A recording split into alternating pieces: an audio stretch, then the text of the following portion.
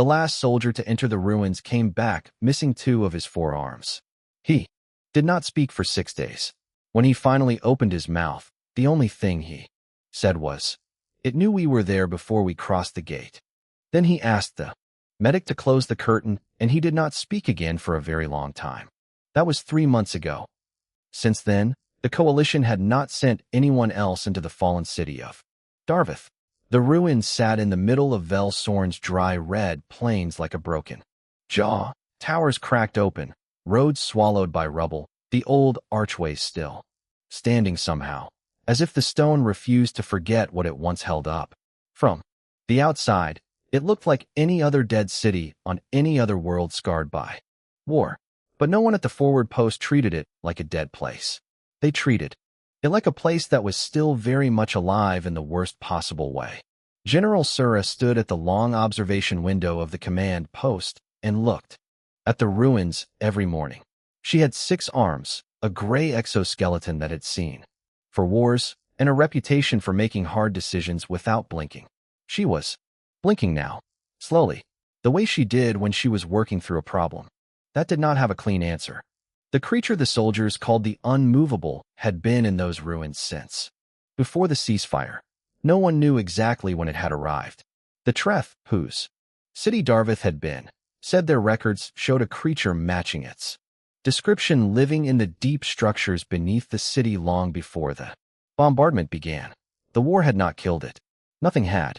3 separate military units had entered the ruins with heavy weapons and full sensor suites. The drone footage from the 2nd unit showed the creature moving through a collapsed corridor at a speed that should not have been possible for something its size. The footage from the 3rd unit ended mid-frame. No dramatic final image. The feed simply stopped. Sura had reviewed the footage more times than she could count. She had given up trying to find a tactical solution. The creature was too large to gas, too armored to wound deeply enough, and too intelligent to be baited into open ground. It did not chase. It did not patrol. It simply existed within a defined part of the ruins and destroyed anything that came into that space carrying the smell of aggression and the sound of weapons fire. The problem was not the creature itself. The problem was what was underneath it. Deep beneath the central ruins, sealed beneath 3 layers of reinforced Treth architecture, sat the city's primary fusion archive. Decades of medical records, genetic libraries, cultural data going back 400 years. The Treth had lost most of their surface history in the bombardment. What was in that archive was almost everything they had left. The Coalition had promised the Treth recovery. The Coalition had made that promise in a public treaty, signed on 14 worlds, and the archive was sitting underneath a creature that had already ended the careers, and in some cases the lives, of everyone sent to retrieve it. Sura had exhausted every military option. She had submitted the file to Coalition Command 7 weeks ago with a single recommendation: seek alternative expertise. The response arrived on a gray morning with a light wind moving dust across the plain. It came as a personnel transfer notice. 1 specialist, Earth's Xenobiological Liaison Office. Non-military. No rank. Clearance level adequate. Assigned, Velsorn Forward Post, indefinite duration. Name, Reed Callahan. Sura read the file. It was short. Reed had spent 4 years in conflict zone. Animal response. Places where Earth's deployed forces encountered dangerous native fauna and needed someone who could assess without shooting. Before that, 7 years of fieldwork on 6 different worlds. A commendation from the Pulhari Science Institute, which was rare enough that Sura stopped and read it twice. The commendation said Reed had successfully made non-threatening contact with a predatory species on Ketavar Prime that 3 prior research teams had declared unapproachable. The method listed in the report was described, dryly, as prolonged proximity without stimulus. At the bottom of the file, under the section marked Equipment Requested, there were 3 items: a field medical kit, a survey pack, 1 folding chair. No weapons. Sura read that part a 3rd time. Then she approved the assignment, because she had nothing left to lose by it, and forwarded the file to Lieutenant Orvin, with instructions to meet the incoming transport and act as field escort. Orvin was young, Treth-born, insectoid, with folded wing cases that he kept. Very still when he was anxious, which was most of the time. He had grown up, hearing stories about Darvith. His grandmother had lived 2 kilometers from the Central Archive. He had never been able to explain to anyone outside his species why the loss of that data felt the way it did, not like losing information, but like losing the memory of a person who was already gone. He had requested this posting specifically because of the archive. He had not expected the posting to involve standing at the edge of a rubble field waiting for a human specialist who had packed a chair instead of a weapon. The transport was small and sand-colored, and it landed badly, listing to one side on the uneven ground. The ramp came down. A few crates of supply were rolled off by loader drones. Then Reed Callahan walked out. She was not particularly large, not particularly armed-looking. She wore a field jacket that had clearly been repaired more than once, carried a worn survey pack over one shoulder, and held a folded chair in her other hand. She looked at the ruins on the horizon for a long moment, not the way soldiers looked at them, not with dread or calculation. She looked at them the way someone looks at a place they have been thinking about for a long time and are finally seeing with their own eyes. Then she looked at Orvin and gave him a nod. "Is there somewhere I can study the drone footage tonight?" she asked. "Yes," Orvin said. "Good." She looked back at the ruins once more. "I want to go out there in the morning, just to look. I won't go inside." Orvin's wing cases stayed very, very still. "Understood," he said, because it was the only word he could find. The ruins smelled like old stone and dry heat, and something underneath both of those things that Orvin could not name. He had been told by older soldiers that the smell was the city remembering what it used to be. He did not know if he believed that. He knew that every time the wind shifted and that smell reached him, his instinct was to take a step back. Reed walked toward it. She had watched the drone footage for 4 hours the previous night. She had not taken notes. She had not paused the recordings. She had just watched, with her hands loose in her lap and her eyes steady, the way someone watches a thing they are trying to understand from the inside out rather than from the outside in. When Orvin had brought her a second drink at the 2-hour mark, she had thanked him without looking away from the screen. At the end of the footage, she had sat quietly for a while, then said, "It favors its left side. 3 of its limbs on that side aren't moving the way the others are." That was all. Now she walked the outer edge of the ruins slowly. Not cautiously, slowly, the way someone walks when they are paying attention to everything and in a hurry about nothing. She stopped at a broken wall and put her hand on the stone. She crouched and looked at the ground. She found a place where something very large and very heavy had walked through loose gravel, and she spent several minutes studying the shape the weight had left behind. Orvin watched all of this from 400 meters back through a long-range scope and felt the particular discomfort of observing someone do something he could not categorize as either brave or reckless. It was neither. It was something else. He did not have a word for it in his language. He was not sure one existed. She did not go inside on the first day. True to her word, she walked the perimeter, sketched in a small notebook, and came back at midday. She ate her meal outside, sitting on a piece of fallen column, and looked at the ruins while she ate. Orvin sat beside her. He did not look at the ruins while he ate. He looked at the ground and thought about his grandmother. The second day was the same. The third day, Reed moved closer to one of the main archways, the tall ones, still standing, that marked what had once been a central avenue. She stood under the arch for a few minutes. Orvin's scope stayed on her the entire time. She looked up at the stonework. Then she walked back out. On the 4th day, she went through the arch. Orvin said nothing. His orders were to stay at the perimeter. He stayed. He kept the scope on her until the dust and rubble and broken angles of the ruins swallowed her from view. Then he stood with the scope at his side and counted his own breathing, because it was the only useful thing he could think to do. She came back 40 minutes later, unhurried, notebook in hand. She had a small scratch on her forearm from where she had climbed over something. She did not mention it. The 5th day, she went deeper. Orvin knew this because she was gone for nearly 2 hours. When she came back, Her boots were gray with fine dust, and there was a look on her face that he had started to recognize, not excitement, not fear, but a quiet kind of attention. Like a door had opened slightly, and she was watching to see what came through it. On the afternoon of the 5th day, the creature appeared. Orvin saw it before Reed did, because he was at the scope.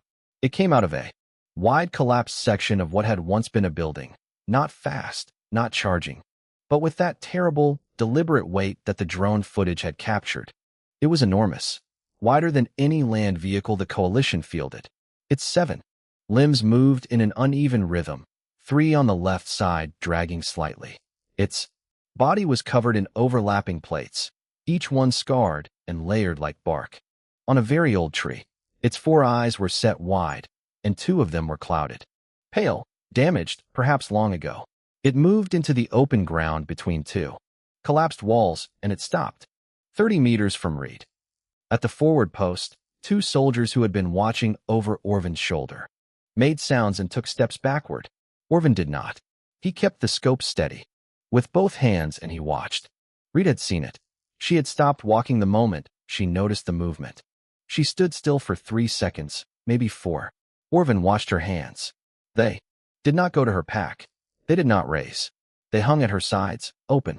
Then she reached into her pack with one slow hand and pulled out the folding chair. She opened it without any sudden movement. She set it on a flat piece of rubble. She sat down. She turned her body slightly to the side, so she was not facing the creature directly, and she looked at the broken archway above and to its left. She took out her notebook. She began to draw the archway. The creature did not move. 1 minute passed. Orvin counted. 2 minutes. 5. The creature's breathing was visible from even this distance, the chest plates rising and falling. It watched her. She drew. The wind moved dust between them. At the 7-minute mark, the creature lowered its 2 front limbs. Slowly. That took nearly a full minute. It sat down. Orvin became aware that he had stopped breathing. He made himself start again. Behind him, one of the soldiers whispered something in Delvari that Orvin did not know, but the tone of it was the tone of a person watching something they will not forget. Reed drew for another 20 minutes. She did not look at the creature directly. She did not move toward it. When she finally stood, she folded the chair, put the notebook away, and walked back toward the perimeter at the same unhurried pace she always used. Orvin met her at the edge of the rubble field. He did not know what to say. She saved him the trouble. It's been alone in there for a long time, she said. Everything it's seen has either run from it or tried to kill it. Today it saw something different. She looked back at the ruins. I'll go back tomorrow. She walked past him toward the post. Orvin stood at the perimeter for a while longer. The ruins were quiet. Somewhere inside them, the creature, the thing that had broken 3 military units, was sitting where Reed had left it. He thought about what she had said. He thought about his grandmother's city and the archive beneath the rubble, and how the only person making any progress at all had done it by sitting down and looking the other way. He did not have a word for what that was either. He was beginning to think he needed one. There is a particular kind of silence that falls over a military post when soldiers stop making noise, not because they have been ordered to, but because they simply do not feel like talking anymore. It is different from discipline. It is different from exhaustion. It is the silence of people who have seen something that rearranged something inside them, and who have not yet figured out what the new arrangement looks like. That silence had settled over the forward post by the morning of the 6th day. Soldiers found reasons to be near the scope stations around the time Reed left. For the ruins each morning. No one announced it. No one organized it. They just appeared, a few at first, then more, standing quietly with their drinks going cold in their hands, watching the long-range feed of a human woman walking slowly toward a rubble field with a folding chair over her shoulder. They did not talk while they watched. When she disappeared into the ruins, some of them stayed at the stations. Some drifted away. All of them came back when the feeds picked her up again on her return. General Sura noticed. She did not comment on it. She watched her soldiers watch, read, and she thought about the thing she had not yet resolved, the message, sitting in her command queue from Coalition headquarters, asking for a progress update on the archive recovery timeline. She had been composing her reply for 3 days. She had not sent it yet. Instead, she sent a different message. It went to the Polhari archive station, 2 orbital hops away. The Polhari were not soldiers. They were historians, and the oldest of them had lived through more shifts in galactic power than most species had managed to record. Sura asked a simple question: did the Polhari archives hold any pre-war records on the native megafauna of Velsorn? And if so, was there anyone available who could review them quickly? The response came back within the day. It was from someone named Eldest Marn, who described herself in the message header as retired, but not so retired that interesting problems don't still find me. She said she would look at the records. That evening, she said she already had a feeling she knew what Sura was asking about, because the only creature on Velsorn worth asking about was the one that old Treth texts called the Vorith, and if that creature was still alive, it was the most significant wildlife survival story since the Ketavar census, and no, she would not be sleeping until she had pulled every file. The files came back in the early hours of the next morning. Sura read them, at her desk with the light low and the forward post quiet around her. She read, slowly because she was not in the habit of reading things that surprised her. And these files were surprising her. The Vorith, the unmovable, as her soldiers called it, was not a random predator. The Treth had known it, not in the casual way that any civilization knows the dangerous animals near its borders, but in a specific and documented way. The Vorith species had been present on Velsorn for as long as the Treth had kept records. The earliest texts described them as rare, solitary, and extraordinarily long-lived. They were apex predators in the truest sense. Nothing hunted them, and they did not hunt constantly because they did not need to. They were patient in the way only very old things can be. But the thing that made Sura sit forward in her chair was this: the Treth had not simply feared the Vorith. Some of them had learned to live alongside it. There were records, detailed ones, from 4 separate pre-war periods, of a practice the Treth called by a phrase that translated roughly as the long sitting. Certain individuals, described in the records as keepers, had developed a method of approaching Vorith not with aggression, not with offerings, not with any attempt at dominance or control, but with sustained, patient, non-threatening presence. They would go to where the Vorith lived. They would sit. They would return the next day, and the next. Over time, over weeks, the Vorith would come to accept their presence, not tame it. The records were clear that a Vorith was never tame, but come to understand that this particular living thing was not a threat and did not need to be treated as one. The last keeper the records mentioned had died in the early bombardment of Velsorn, along with most of the others who held that knowledge. Sura sat with this for a long time. Then she pulled up the message she had been composing to Coalition headquarters, and she deleted it and started again. This time she wrote only 2 sentences. She said the situation was progressing under a specialized approach and that she required additional time before committing to a recovery timeline. She sent it before she could think too hard about whether it was the right call. In the morning, she found Reed and gave her the files. Reed read them at the field table outside the post, with the dry wind moving across the plain and the ruins visible in the distance. She read carefully, the way she did everything, without rushing, without skipping ahead. When she finished, she set the documents down and was quiet for a moment. "Does any of this change what you're doing?" Sura asked. Reed thought about it honestly. "No," she said. "I didn't know the theory. But the animal was already telling me the same thing the records say. I just listened." She looked at the ruins. "What it shows me every day is that it's tired.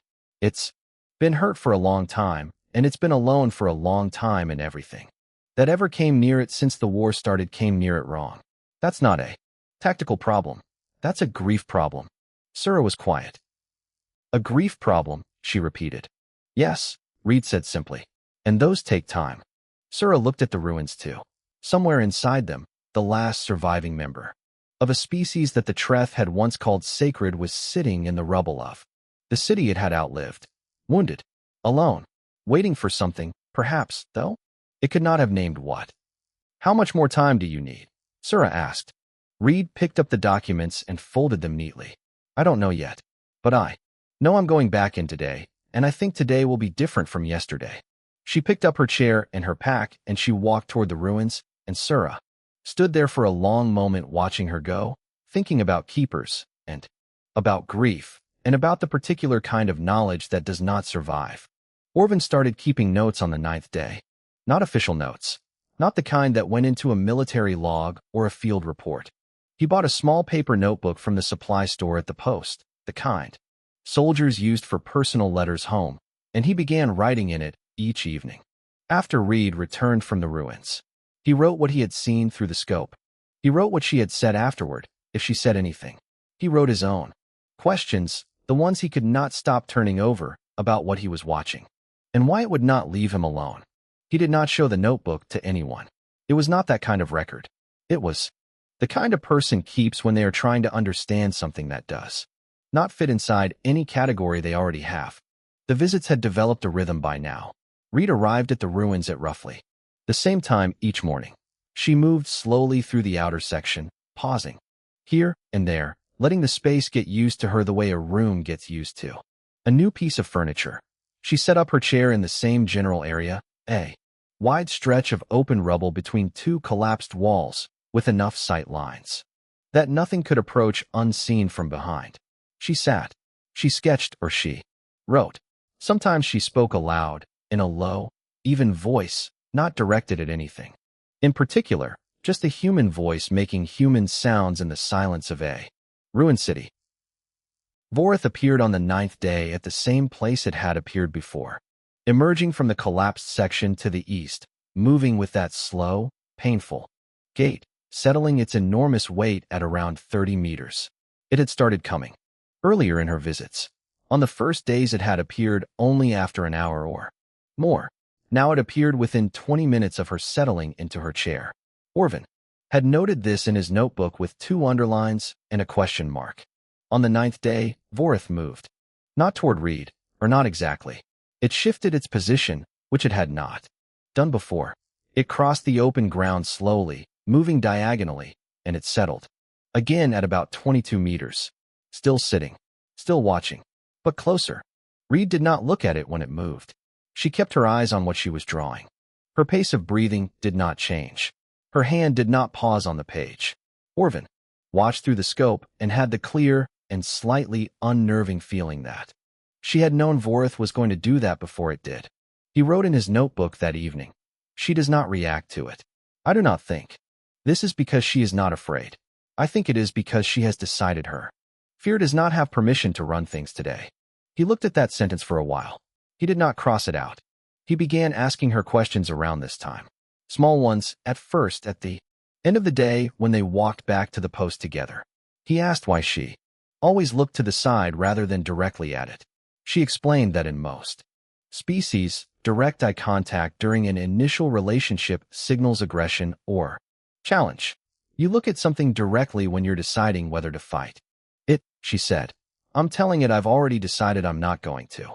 He asked why she never brought food to offer it.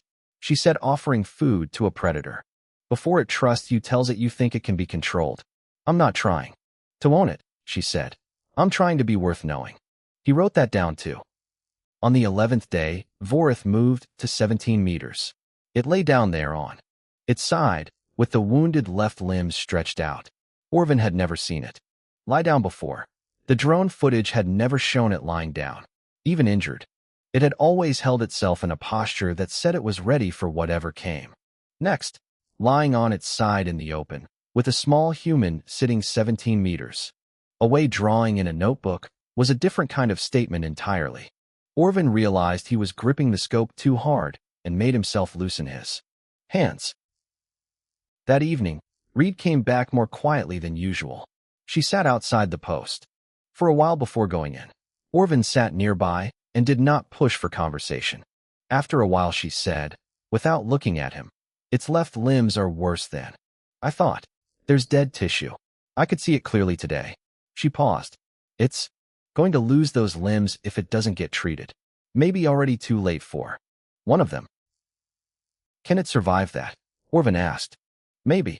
It survived everything else. She was quiet. But surviving isn't the same as being okay. He did not write that in his notebook that night. He did not need to. He knew. He would not forget it. The next morning, Reed added something new to what she carried into the ruins. A field medical kit, the standard kind, used for coalition personnel in the field, with antiseptic compounds and tissue seal patches and a cellular repair applicator. She set it on the ground between her chair and Voritha's resting place, not close to Vorith, halfway between them. Then she sat down and opened every compartment of the kit, so its contents were visible, and she went back to her notebook and paid it no further attention. Vorith arrived 20 minutes later. It noticed the kid immediately. Its head lowered and its functioning limbs shifted in the way that Orvin had learned. From watching, meant it was paying close attention to something. For 20 minutes it did nothing else. Then, very slowly, it extended one of its undamaged right limbs toward the kit, stopped short of touching it, and withdrew. It did this twice more.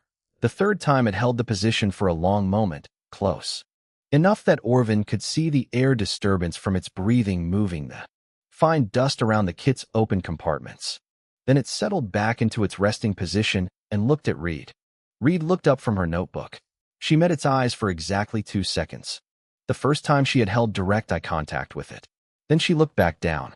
In his notebook that evening, Orvin wrote, "I think they just said something to each other. I do not know what, but I am certain it was said." The order from Coalition Command did not come with a warning. It arrived the way those things always arrive, direct, clean, written in the flat language of people who have made a decision far from the place it will land. A recovery team would enter the ruins of Darvith in 4 days. They would be armed. They would be equipped with the full sensor suite needed to locate the archive access point. The creature in the ruins was to be neutralized before entry, or simultaneously with entry. Coalition Command wanted the archive. The treaty with the Treth was now 14 months old, and the data recovery operation was overdue. General Sura was to ensure a safe corridor was established by whatever means necessary. Sura read the order twice. Then she set it on her desk and looked out the window at the ruins on the plain, where the morning light was still low and orange, and Reed Callahan was already a small figure in the distance, walking toward the archway with her chair on her shoulder. She had been composing her response to command for 2 hours when she decided she needed to talk to Reed first. She found her at the end of the day, on the bench outside the post, cleaning dust off her boots. Orvin was nearby, writing in that small notebook of his. Sura sat down and did not build up to it. She told Reed about the order. All of it.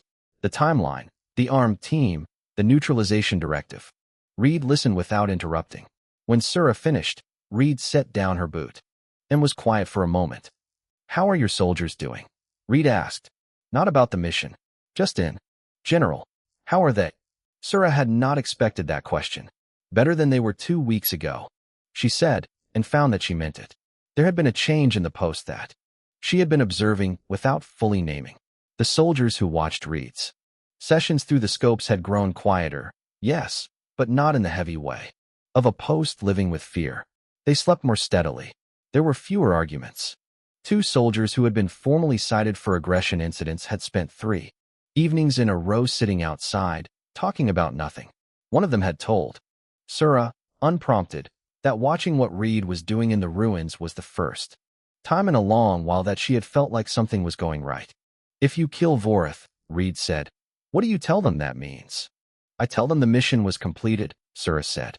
"They've been watching something for 2 weeks," Reed said. "Every day? Watching a creature that killed their colleagues lie down 17 meters from a person who never reached for a weapon. They've been watching that and not talking about it because they don't have words for it yet, but it's in them. You kill Vorith, and for the rest of their careers, every time they meet something they're afraid of, they'll wonder. They'll wonder if it could have been different, and that wondering will follow them." She picked up her boot again. "That's not a small thing to carry." Sura was quiet for a long time. "That is not a military consideration," she said finally. "No," Reed agreed. "It's a civilizational one. But you have both kinds of soldiers in there. You always do." Sura looked at her. "What do you need?" 3 more days. "I can give you 2. Reed nodded. She did not argue. She finished cleaning her boot. The next morning, she went into the ruins at her usual time, with her usual pack and her chair.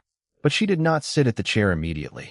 She stood in the open space between the two collapsed walls, and she waited for Vorith to arrive.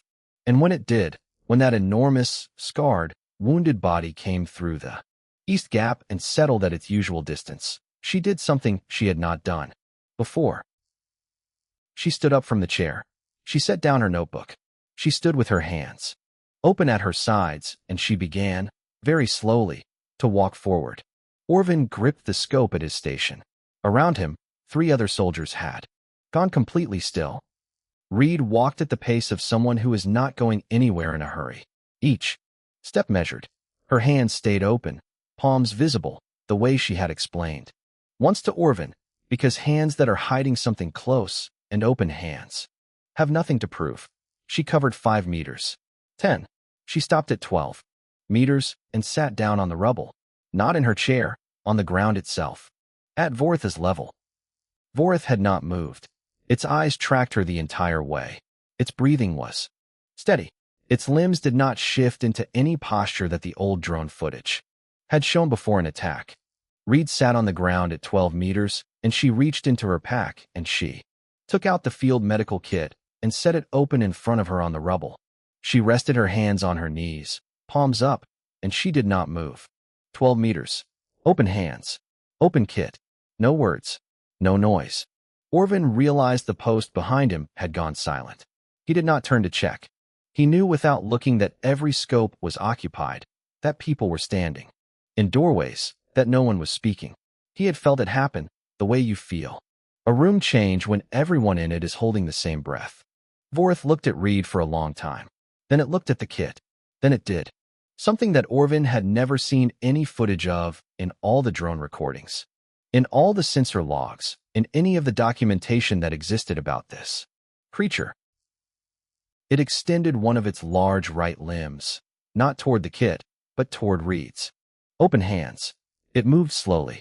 It stopped with the tip of the limb perhaps 2 hand widths from her palm. It held there, still, waiting. Reed held still too. She did not reach toward it. She did not pull back. She simply stayed, hands open, and let the moment be exactly what it was. At the scope station, a soldier named Drev, who had been on the 2nd unit, that went into the ruins, who had pulled 2 injured colleagues out by himself, who had not spoken about the ruins in months, put his hand over his mouth and turned away from the screen. No one said anything to him about it. It was not that kind of moment. Orvin stayed on the scope. He watched Reed and Vorith hold that impossible stillness together in the broken city, 2 living things from entirely different worlds, neither of them moving, neither of them retreating. He thought, this is what courage actually looks like. Not the loud kind. The kind that sits with its hands open and waits. He did not write that in his notebook. Some things he was learning did not need to be written down to be kept. On the final morning, Reed asked for the cameras to be turned off. Not reduced. Not limited to a single feed. Off. All of them. Sura stood in the command room and looked at the request on her screen for a moment. Around her, the staff waited. The screens that normally showed Reed's position were dark because Reed had already gone in and Sura had already made her decision, and the screens were dark because Sura had honored the request. Before she had fully thought through whether she should, she realized she had not actually thought about it at all. She had just done it. That, in itself, told her something. Give her the morning, Sura said. No one argued. Outside, at the perimeter, Orvin stood and watched the ruins with his own eyes. Without a scope, he was too far away to see anything clearly. The ruins were quiet in the early light, the dust still, the broken archways standing in long shadows.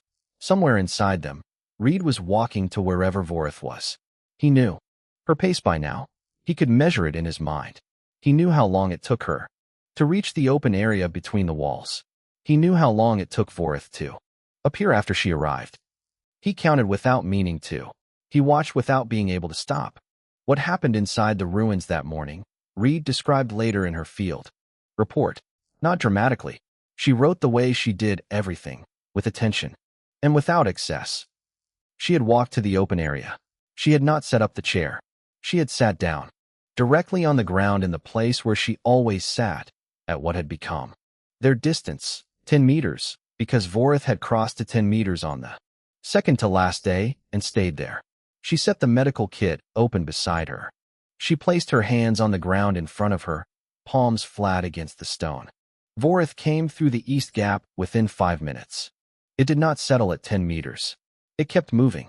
It moved until it was 3 meters from Reed, and it lowered itself, slowly, with the pain visible in every adjustment of its damaged limbs, until it was on the ground entirely, close enough that she could see the individual scarring on each plate of its armor, could see the long discoloration where the infected limbs had been fighting the rot for months, could see the clouded eyes more clearly than she ever had. She did not move toward it. She stayed with her hands flat on the ground, and she let it be close.